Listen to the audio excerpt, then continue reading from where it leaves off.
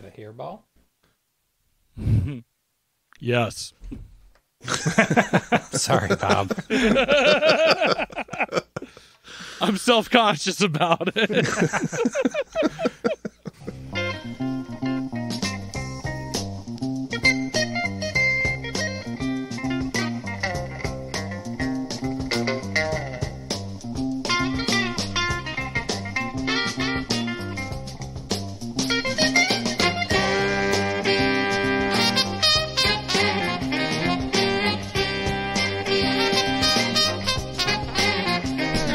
Welcome to I'd Buy That for $1, a podcast about inexpensive, common, and underappreciated records that are waiting to be rediscovered.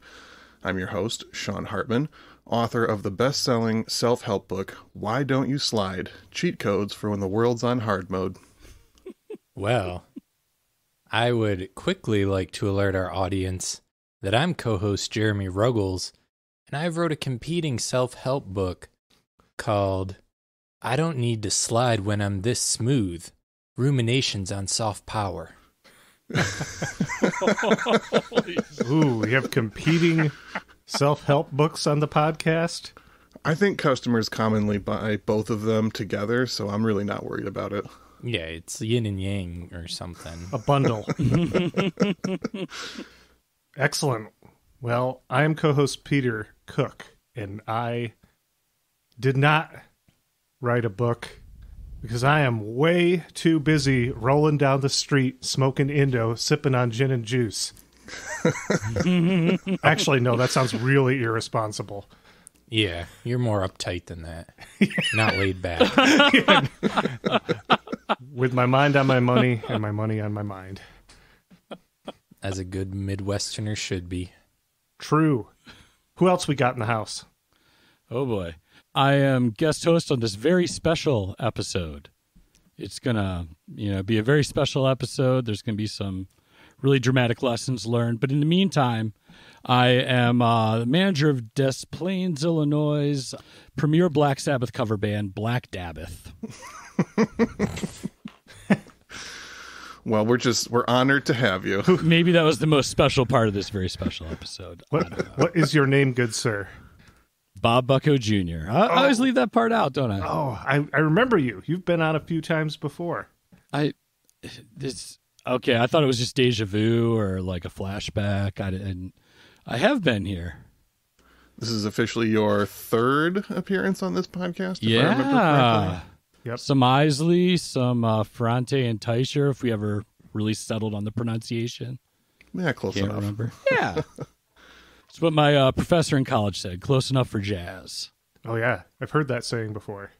So we had the funk episode, we had the Christmas episode, and now it's right back to the funk. You want to tell people what record we're going to talk about today? All right, so we're going to talk about Slave's second album, The Hardness of the World. And how would you like to present this to our listeners? So I came around to Slave the way a lot of people probably do. No. What song do you want to play them first? Oh, dear Lord. Here we go. Cut. Which one are we doing first, Sean? You want to start with the album opener, Life Can Be Happy? Let's do that. Let's hit them with a little side A, track one. And this is a great album to kick off summer, as this will drop on June 21st. Perfect. All right, well, here it is. Life Can Be Happy.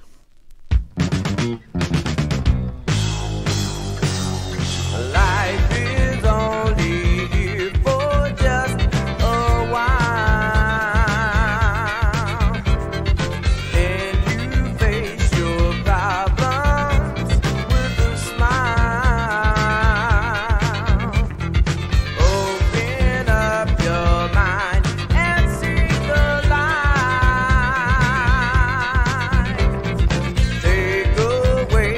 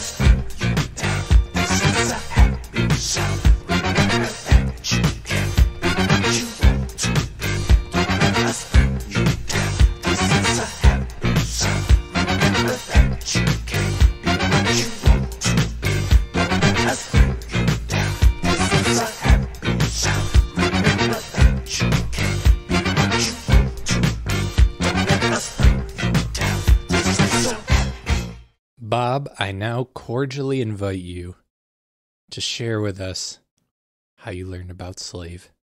First thing I would have heard by Slave is probably what a lot of people would be their entry point, especially people that weren't alive in the 70s, which would be Slide, the biggest hit probably they had. I don't know the numbers. They probably had bigger, and I'll be proven wrong soon, but it's the jam I knew. And then I found that record one day at a flea market, and the next week I went to work at the record store I work at and bought 5 more Slave albums. And it's been a love affair ever since. You were a quick convert, it sounds like. Oh, yeah. And how could you not be? Slide is such a jam. Like, if you're into funk music, you can't hear that song and not be just instantly in love with it. Well, true, but I think we should talk about the song we just heard. Oh, yeah, we can do that That's one, too. True. What about that one?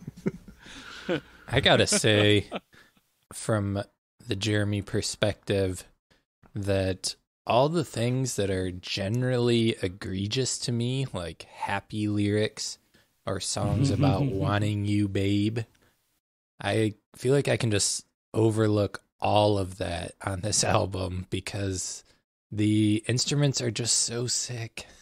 And it's called The Hardness of the World. Yeah. Right. But it's not even overlooking it. Like, it works and it makes sense in the context so well. Oh, that doesn't even matter to me. I just hate that stuff. Well, I mean, look who you're talking to. I generally despise it as well. It's the funk rule. If a funk band tells you to funk, it's great, right? Rock band tells you to rock, you flip them off. So you can sing about happy stuff and sexy stuff and all this stuff that I don't really care about in music. And if it's funky enough, you're all in. And all in on this album for sure. How far into the... We may have said at the beginning, but I missed it. How far into their catalog is this? This is early on. Yeah, this is the second album, and it was released the same year as the first album. They put out, I think, 5 records in 4 years that are pretty front to back, like solid. What's interesting about they kind of have that disco influence in the funk stuff, but there's a lot of edge to it still, especially on the first 2 albums. This is 77. Yeah. So, yeah. So they have some slick, like in the rhythms and stuff, but the bass is real dirty, and it's something Sean and I both arrived at independently, which is just this idea of smooth and hard. They're just kind of, especially this album, pointing the way towards them kind of with a smoother vibe. Yeah, it's like a lot of these songs have simultaneously some of the heaviest and nastiest funk rhythms, and then on top they've got just like beautiful smoothed out R&B vocals and effects and everything, and they marry those 2 elements so well. Yeah, and the horn harmonies. Yeah, and I mean, like, I think the tune we'll listen to next is a great example of what you're talking about, Sean. Mm-hmm. And if once you listen to those first 5 or 6 records, it's interesting to note the transition, because the first record, self-titled, is more in the hard funk vein, and then the farther they went on, the more they started experimenting with more sounds and adding in these textures, and it just worked out so well for them. And I think it was like hugely influential on a lot of funk and R&B bands to come. I mean, you think about like the stuff that Rick James was doing. He had the hard funk songs, and then he had the like softer stuff and the mix between. And then you think about some of the post-disco boogie funk stuff and like the work of Kashif. That also features this mix of the hard sounds and the smooth sounds. Yeah, having checked out their debut, the self-titled one, 10 years ago when you and I were working at the record store, Sean, and that being my introduction to them, I hadn't really visited much of their catalog since then, and I was really surprised even on this album being their second and released the same year, how different the sound was, how much more texture they had applied compared to that like raw, dirty funk of that first album. Mm-hmm. Yeah, I think that's a big part of how those 2 elements are coming together. Is in the mix there is so much going on. which usually would work to the detriment of something, I would think, but everything is very much in its place in the mix. And like we're talking about these kind of like these stacked layered horns, these smooth harmonies, but then there's all this, they make a lot of use out of like flange and stuff. There's these lots of textural things that kind of speak to like a more like evolving sound from the dirtiness of the first album, but the playing is just still beastly. Like the track we just listened to, the last couple minutes of that are like Ernie Isley shred territory. Mm-hmm. You know, I thought about, there's a lot of comparisons, particularly with the Isley Brothers record that you did with us, the Go All the Way record from 1980. We talked about that one being a transition in sound from them moving away from like the 70s instrument funk into incorporating more electronic instruments and influences and kind of easing their way into the 80s. And I feel like that's a good comparison to the sounds happening here, even though this one's like a full 3 years before. Again, like very influential band for the history of funk music. This is a turning point. Yeah, that's kind of what I was wondering, if they were working with the trends at the time but just so damn well, or if they were a little bit ahead of the curve. So you would posit they're more what set other people off in that direction that became Quiet Storm and things like that. Yeah, I mean, I think they were a little ahead of the curve, and also just the Dayton scene in general was ahead of the curve, you know? Like, they were completely changing the course of funk music when all these bands were dropping in the late 70s. Yeah. And Ohio Players had that same trajectory kind of sonically, I come to think of it. Exactly. You know, starting out real dirty with the Westbound stuff, and then just getting smoother through the 70s, but like still with all the funk intact. Yeah, still keeping that hard edge. I was watching a YouTube video yesterday that ranked the states by like the amount of influential music that has come out of each state, and I got to say Ohio was way up there on the list. Michigan and Ohio are like, you know, like New York and California are at the very top, but Michigan and Ohio are right up there too. I'm sorry to say, Bob, I can't remember where Iowa was ranked in there, but it wasn't up there with. I don't think Iowa remembers either. Just missed the top 40. Yeah, Slipknot can only do so much. We can claim Slipknot and Arthur Russell if you want polarity. I don't know. Those are good ones, though. Or at least 50-50. Yeah. How about we hear another track and then we can get into a little history of this band, and also I've got a little brief history on Dayton funk and the scene that they came up in. So, Bob, what's the next song that we're going to listen to? Let's roll with Can't Get Enough of You. Perfect. This is side 1, track 3. I can't get enough of you, 'cause I'm so in love with you, yeah. Maybe it's the things you do that keeps me making love to you, yeah. I'm so in love, I want you, baby. When I'm with you, you drive me crazy. I can't explain the way I feel. It's like a dream, it can't be real. I need you so, love me right. Just hold me close and squeeze me tight. Can't get enough of you. Maybe it's the things you do. Can't get enough of you. Maybe it's the things you do. Can't get enough of you. Maybe it's the things you do. Can't get enough of you. Maybe it's the things you do. I can't get enough of you, 'cause I'm so in love with you. Maybe it's the things you do that keep me making love to you.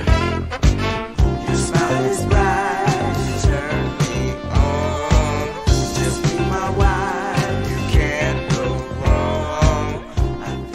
So that track in particular reminds me of another Dayton band that we recently featured, Heatwave. We talked about how they had these masterful vocal arrangements and harmonies, and all of their songs would just have these unexpected shifts that just make the song twice as good. And I feel like that track by Slave is a perfect example of that element. Yeah, I think Heatwave was the first band that Spotify played after I finished listening to this album.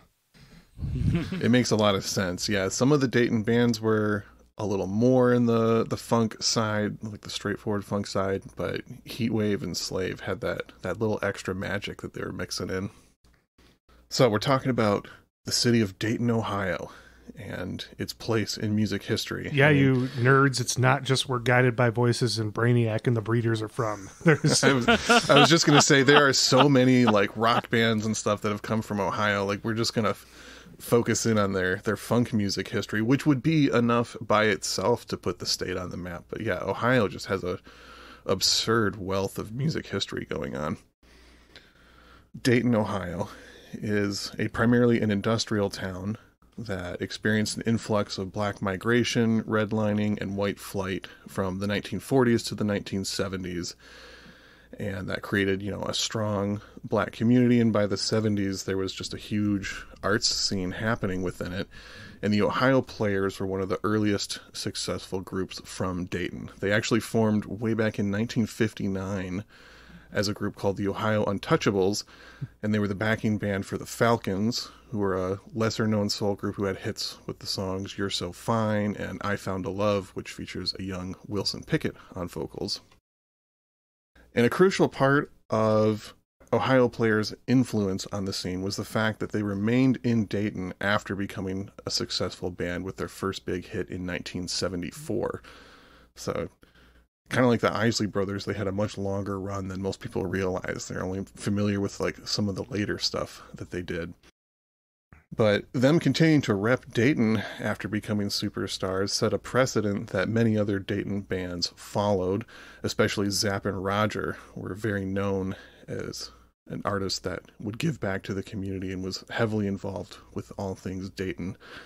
A short list of other legendary funk bands from the Dayton area includes Heatwave, Lakeside, Phase O, Dayton, and Aura.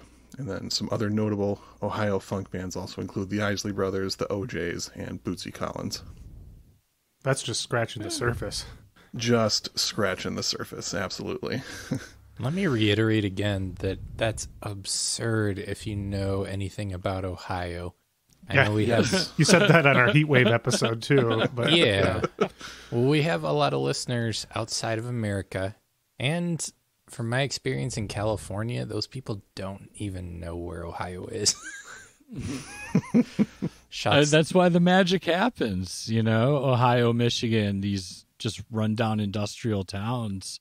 If you don't make your own fun, there's nothing else to do. Yeah. But like what Sean said is like when someone stays, I mean, it's Prince in Minneapolis. It's, like anybody that could be on the coast and wants there to be more of that happening. Like that's, I don't know, man. That's just totally hip that's kind of how the scene continued. Yeah. So many other bands after they got big suddenly became either a band from LA or a band from New York, no matter where they started from. I'm pretty sure Devo didn't stay in Ohio. I think they went to Los Angeles. Ooh, Peter's calling out Mark. Traitors. Another point in the legendary Devo versus Slave debate. So let's get into a little bio on the band Slave. So we mentioned the Ohio Players being a huge influence, and they're also an integral part of this band's story. Slave was initially founded by bandleader and multi-instrumentalist Stephen C. Washington, who most sources, if you look around, would say that he is the nephew of Ralph Pee Wee Middlebrooks from the Ohio Players. But I was lied to. Yeah, it's not entirely the whole truth. I mean, he refers to him as his uncle, but they are not blood related. Somehow, this kid, Stephen C. Washington, who at the time lived in New Jersey, was such a big fan of the Ohio Players that he met them and befriended them to the point where they just took him under their wing, and Ralph Pee Wee Middlebrooks let him move in with him and transfer to Dayton and finish high school in Dayton while living with a member of the Ohio Players, which I don't know how that happened, but that's just kind of amazing. Yeah. Ohio Players are kind of the MVP of this episode, actually. In a lot of ways, yeah. So he's living with the Ohio Players, who are like the only people that he knows in Dayton at that time, and then he happens to meet a guy named Mark Hicks, who will later go by the nickname Drac. And Drac suggested that they form their own band. I mean, at that point, you know, Steven's dream was basically just, well, I'm living with the Ohio Players, and maybe after high school I can join the Ohio Players. But as fate would have it, they decide to hold some auditions. Drac is a local, so he knows the other players and can line them up. And they start a group called Black Satin Soul, which also featured Slave's drummer Tim Dozier. And they're playing around the scene. They later fuse with another local group called the Young Mystics, which featured Slave members trombonist Floyd Miller, bassist Mark Adams, and horn player Tom Lockett. It also featured a young Steve Arrington. However, when the Young Mystics broke up to form this new group, he decided to move to LA and try and make it big there, and we'll bring his name back up later.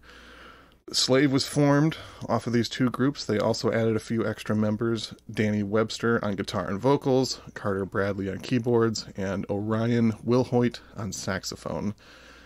So they formed in late 1975 and played their first show in April of 1976 at a local high school.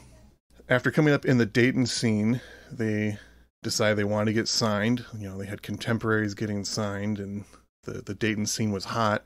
However, they were turned down at every single label audition that they went to.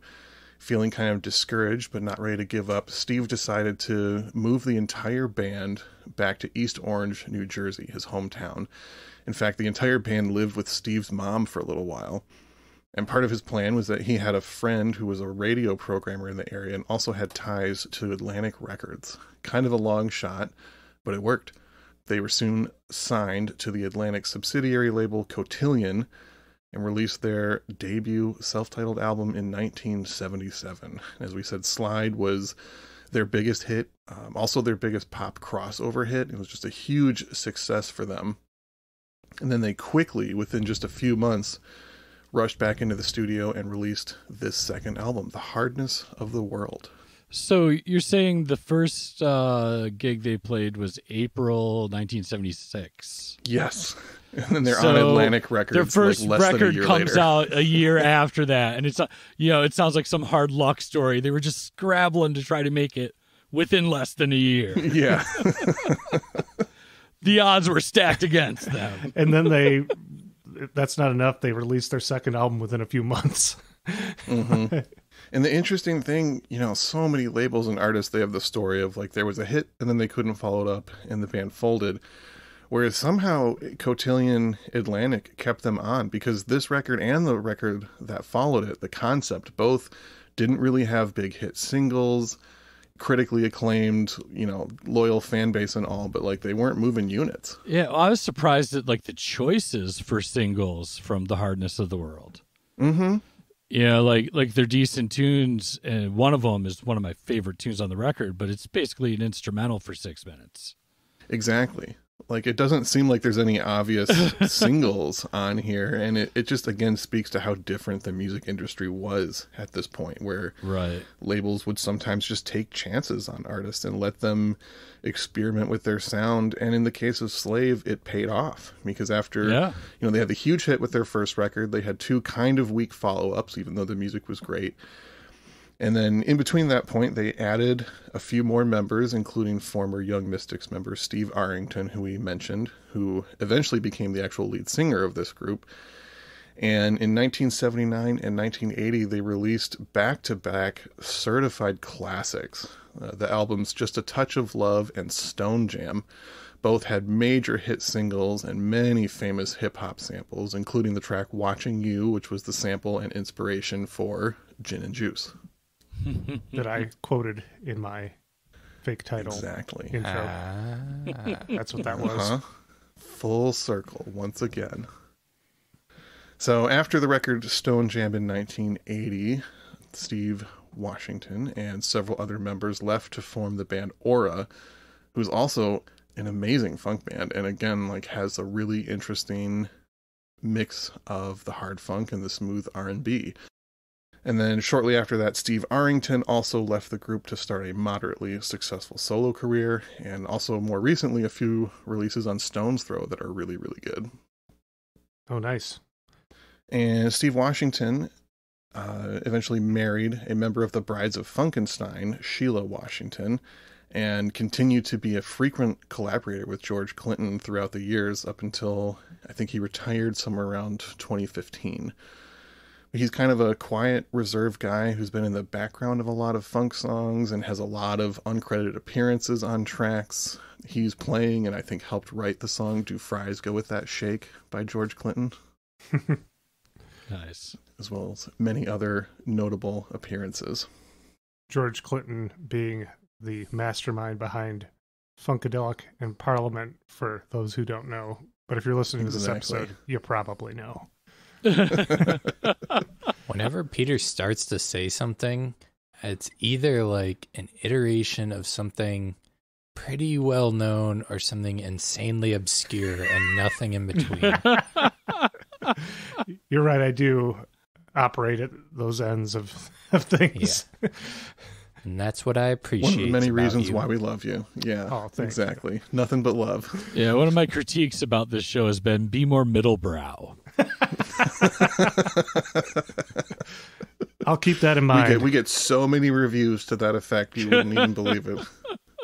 Speaking of which, since you just said that, listeners, please leave us a review. We need reviews on these platforms. If you can, whatever platform you can leave a review on of the show, please do. Hey, state what your favorite album is. Maybe we'll read a review if we really like it. Yeah, if you write it in all caps, we're even more likely to read it. Oh yeah. I was wondering if you had one of those segments planned for this episode. Not for this one, but it'll be back. It will be back. I'm not going to forget about it. It will be back. It's just not going to be every episode, listeners. I want to give people just a touch of that segment. Don't want to oversaturate it. In case you missed it, it was the previous episode to this one that... No, it was 2 episodes ago. 2 episodes ago that Sean unveiled this segment. Yes.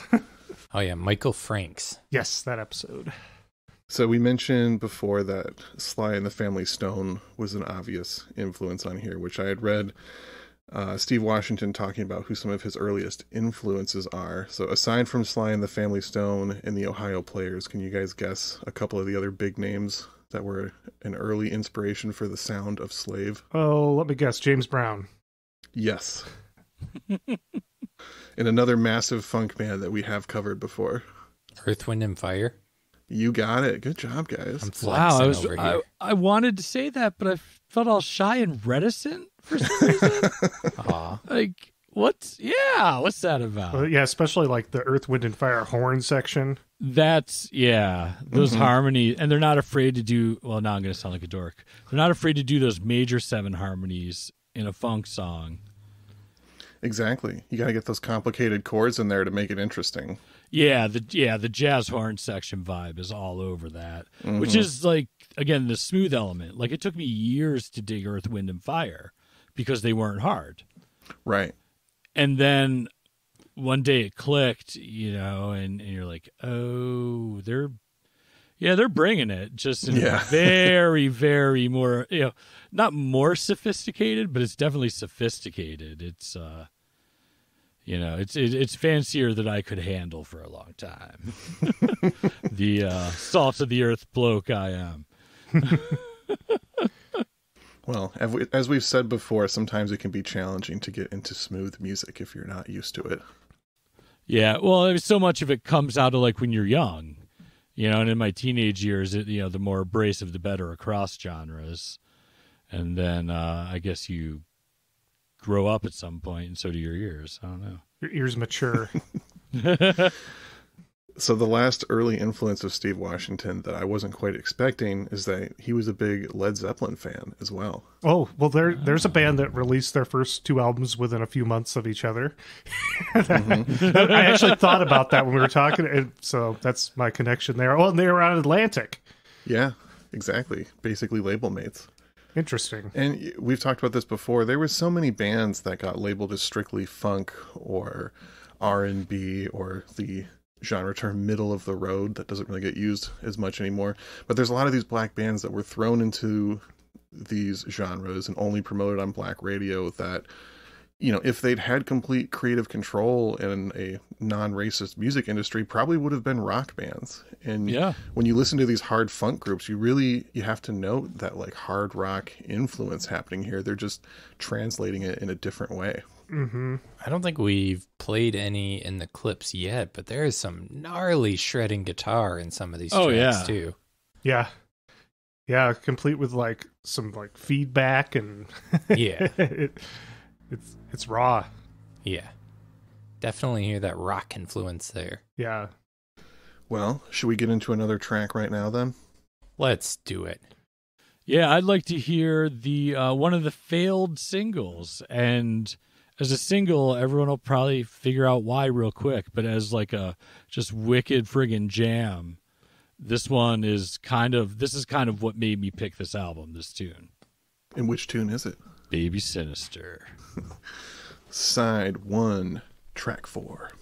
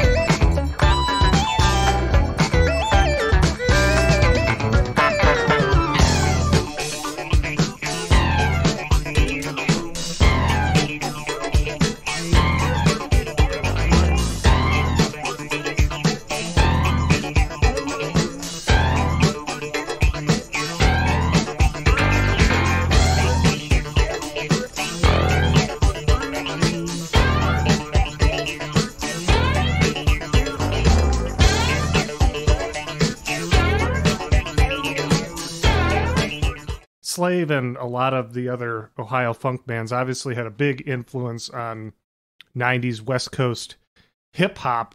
And I really wish there were like a couple moments on Dr. Dre's The Chronic where they kind of just let things ride out the instrumentals for a little bit. And I wish there was more of that, because there's something to be said for just kind of letting the groove go for a little while, like on that track there. I mean, it's a strange choice for a single in 1977, but as far as, you know, a deep cut on an album, it's great to just get down to and groove to for a little bit. Yeah, it's just that kind of feeling that, yeah, it's unrelenting in its repetition, but it does the thing that good repetition does, like in any genre, in krautrock, whatever, where that intensity builds. And in the mix, little ideas just slowly bubble up. I mean, I guess that's really like why it makes no sense as a single, because you need all 6 minutes to see where they're taking it.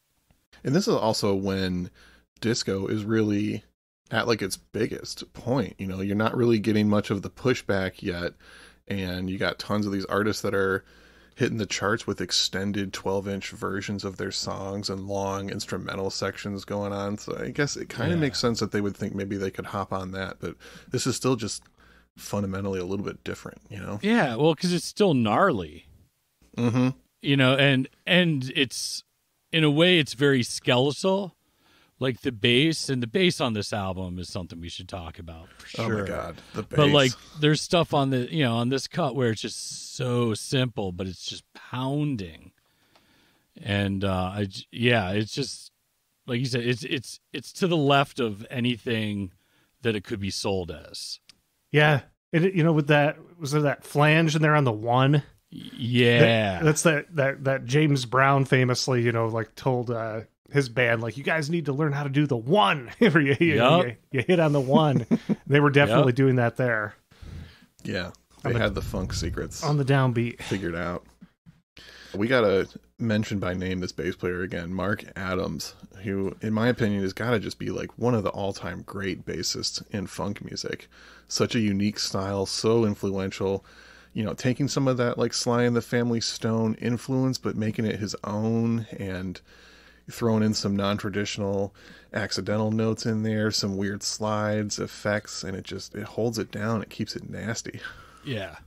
Yeah, I mean, I think he's one of the main reasons it always kind of has like a raunchy vibe, you know? Mm-hmm. The word that Liara used on our Cheryl Lynn episode, stanky. Exactly. It's got that stanky bass on these tracks. Yeah. We've talked before with some bands how, you know, if you're a horn player, you might approach the writing in kind of a different way, or you have multiple musicians in a band who all kind of think the same way and have a different, unique approach to songwriting.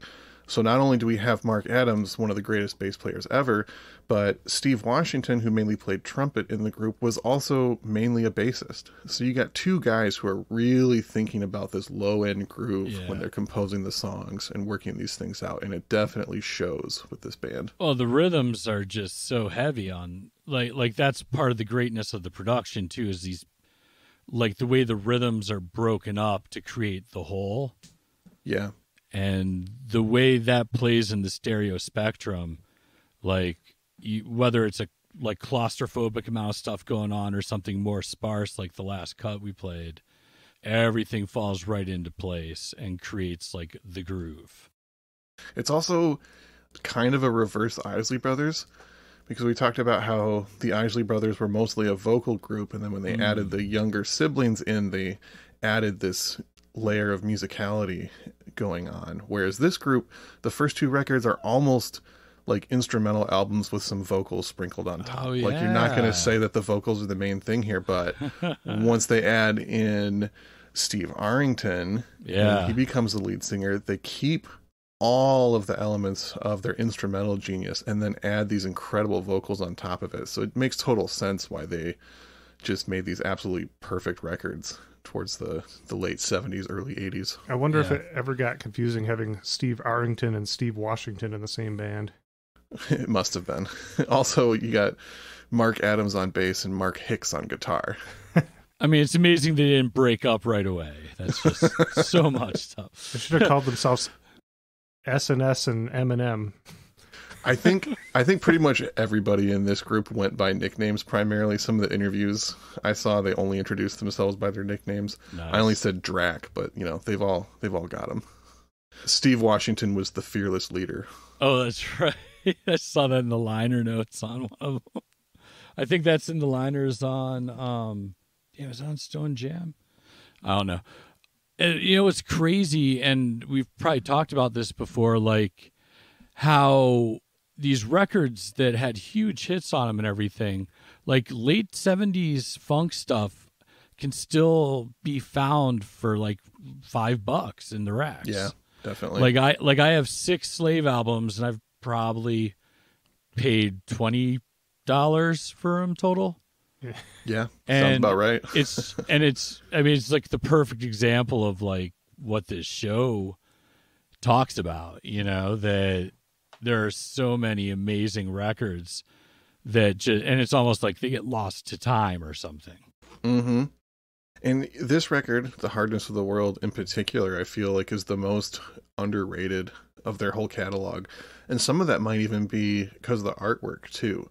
The cover on this doesn't look like the rest of the records, and it doesn't really look like a funk record either. Oh, it does not. It drew me in. That art totally drew me in. But yeah, you're right, because it's the album called The Hardness of the World has the chillest cover.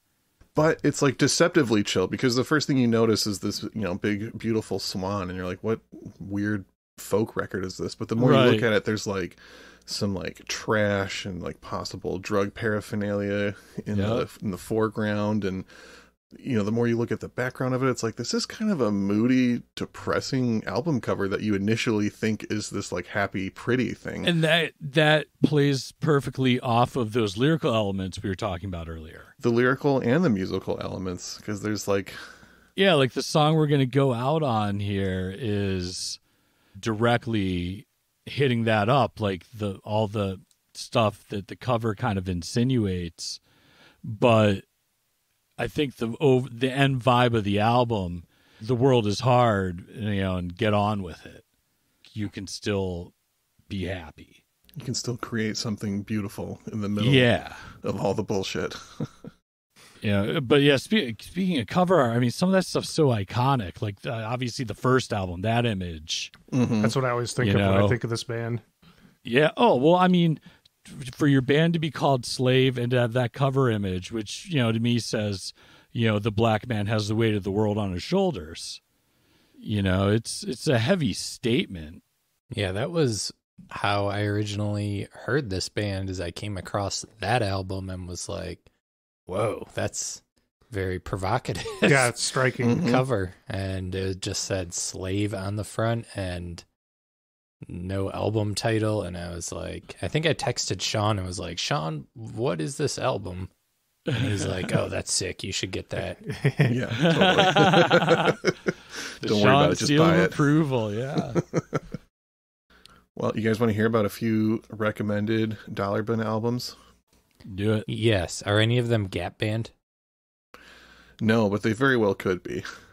Okay. Maybe you can recommend some Gap Band after I drop this short list on us. Okay. So the first one, I mentioned Rick James before, primarily known for his harder funk stuff. But in 1980, he dropped a record called Garden of Love that was kind of an experimental, mostly ballad-driven record that didn't really have hits and has kind of been forgotten, and I think people weren't really into it when it came out, but really good example of that contrast of styles and a very overlooked, wonderful Rick James record. Another one is a record that I really love and want to feature on the show at some point, Confunction's Secrets from 1977. Again, the mix of R&B and hard funk elements on there. That's a group that I was checking out right around the time I first was listening to that debut Slave album. Definitely. Excellent group. And my last recommendation is got to be Heatwave.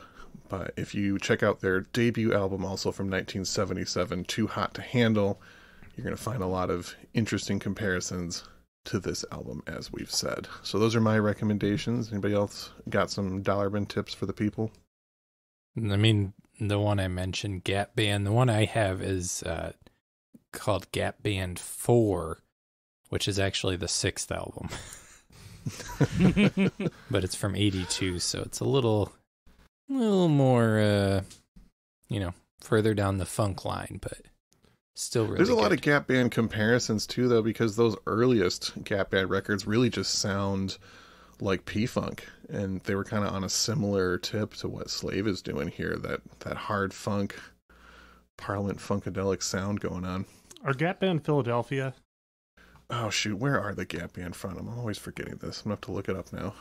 But I don't think they're Philadelphia. Sean's just repeatedly asked where the Gap Band is from. Yeah, every day people ask me, and I'm like, oh, man. Get then in the eventually I'm Uber. like, oh yeah, it's Tulsa, Oklahoma. Oh, wow. That's right. Yeah, Oh, wow. that's right. I was And thinking here we are roasting on Ohio. I was thinking Philly because it wasn't you were hearing one of their solo songs on the radio there when you first moved there, right, Sean? Oh yeah, there was a Charlie Wilson single that they were playing on the radio out here for a bit. Yeah. That's right. Anyway, Well, this is a great album. I'm glad you kind of brought Slave back on my radar. I need to check out more of their stuff. I'm just only so familiar. Well, yeah, and I mean, Sean would recommend, I'm sure, like, we were both listening to it at the same time today, oddly. Just a Touch of Love. yeah, from 79. Because that's, the fourth album. That's where, like, when Sean was talking about Steve Arrington really taking the reins vocally, and that smoothness kind of being interjected, but not in a way that it never doesn't sound like what Slave should sound like. I guess that's what sets them apart. They sound like the sum total of these parts as opposed to like a certain band. Mm-hmm. You can tell their influences, but you could never accuse this group of just being a ripoff of somebody else. They weren't lazy. Exactly. They kept pushing it. They kept going different places. When they acquired different vibes, it was like in service to what they were doing, as opposed to like, oh, we'll hop on this bandwagon real quick. Mm-hmm. So my final thoughts on this record and Slave, like you said, the Just a Touch of Love and also Stone Jam. I would argue that probably both those records are better than this one, but this album is still a really interesting example of a band in transition, which is something I've always been fascinated with. I notice I have a thing for that second album with bands. Mm-hmm. Like the one that's just you could go, here's like a comical example of it on some level, given how people think about now. But Beastie Boys. Paul's Boutique. Paul's Boutique is kind of the feather in the cap, but at the time, that could have been the end of their career. And there's like so many bands like Slave where like what I dig is, it's before they're where they're at. Mm-hmm. But there's like always a cool hunger in that with a band, especially with those two albums coming out within months of each other. Yeah, and that's where you find the real overlooked gems. And like you said, the first 5, even honestly the first 6 records by this group are all very worth picking up. Self-titled, Hardness of the World, The Concept, Just a Touch of Love, Stone Jam, and Showtime. Highly recommended. All 6 of them. Never heard Showtime. It's got some moments. It's not quite as good. Like you can tell the band is starting to fall apart, but man, it's got some jams on it still. Well, that's after Steve Washington leaves, right? Yes, he's in Aura at that point. And I think it's the last record that Steve Arrington was on. Oh, okay. Yep. So that's been the episode. I think it's time to play this final track and get out of here. No, it's not. No. Wait. Now I'm shutting you down to ask Bob. Bob, what do you have out in the world right now? Ooh, stuff. Let's see. Well, let's see. Last month, an album came out on my label, Personal Archives, by Sam Locke Ward, who's an amazing home taper from Iowa, and Mike Watt, who people who listen to this show probably know Mike Watt from Minutemen, Firehose, and a million other things. So it's been really exciting to work with them. I played horn on a couple albums of theirs already. And otherwise, I've just been working on solo material and with a group I'm in called Sex Funeral, and slowly kind of looking at getting back on the road. I've been really laying back in my time off, so I'm either retired or starting over. Let's see. Yeah. Well, at least come out to Philadelphia at least once before you retire. We'll be talking after this episode. All right, cool. Consider Kalamazoo, Michigan as well, Bob. I don't know. I just saw a band from Kalamazoo last week, and Jared Sellner was in it, so I think I got my fill of Kalamazoo. That was my test to see if he listens to this or not. Was that fake baseball? Fake baseball? Yeah. Can I do a product endorsement? Absolutely. Fake Baseball, an amazing band. So much fun to work with. The hardest band I'll ever do sound for in terms of like wonderful, ingenious complexity, since most of my sound jobs involve trying to get one vocal mic over bands playing full stacks in a basement with a 10-foot high ceiling. Yeah, Fake Baseball have a lot going on in their setup. Oh, well, it's kind of like talking about Slave. Like, there is so much happening with that band, but it all has a place. It all complements each other and sonically fits into, like, for a live band to have their sound down that well, you know, like comparing it to what I'm hearing on the album, on the recording, it's like, oh, they took that template and decided to make a live band out of it. Yeah. Like that takes something called effort, which I'm unfamiliar with, so, on a personal level. Well, I'm glad that you used half of your plug section to talk about a band that none of us are in. It's honorable of you. It's damn decent. Jeremy and I have seen that band. True. I think I helped with some mixing stuff on their record too, but I think I saw your name on the back of the CD, yes. yeah, I don't remember doing that, but apparently I did. You do so much well, mixing. once it makes the Discogs listing, it really happened. Yeah. Well, Bob, it's so good to have you back yet again. So I think talking with y'all. So, are we going to follow a pattern here? Are you going to come back and talk about piano virtuoso duo next time you're on? We kind of rotate between funk. And... It's either like Van Cliburn or Liberace or something, or some terrible Christmas album compilation from KTEL or something. I don't know. Coming soon from Bob Bucko, the Chandelier Music Sound. I was gonna say I'll pick something where you can smell the mildew while you listen. Looking forward to it. Full sensory experience. Well, thanks again, Bob, and thank you, listeners, for tuning in to yet another installment of I'd Buy That for $1. What are we going out on? What's our final cut? We're going to go out on The World's on Hard. So it's like a video game where you can put it on easy, medium, or hard. Is that what they're saying? Like the world is... Well, I don't think we have a choice of what difficulty level the world is on. I'm just kind of bored into it.